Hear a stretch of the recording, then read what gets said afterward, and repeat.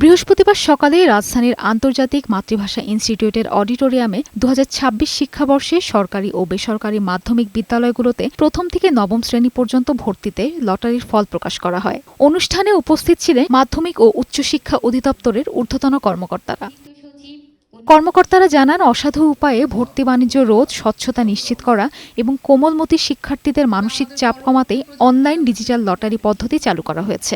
বাচ্চারা যাতে ভালো পরিবেশে পড়াশোনা করতে পারে সেরকম একটা পরিবেশ তৈরি করা, আমরা যারা কমিউনিটিতে থাকি সেটা আমাদের দায়িত্ব। প্রথম শ্রেণী থেকে নবম শ্রেণী পর্যন্ত অনলাইনে ডিজিটাল লটারির মাধ্যমে কোমলমতি শিক্ষার্থীদের নির্বাচন করে ভর্তির কার্যক্রম পরিচালনা করছে। একটি আবেদনে একাধিক বিদ্যালয়ে ভর্তির সুযোগ থাকছে শিক্ষার্থীদের জন্য।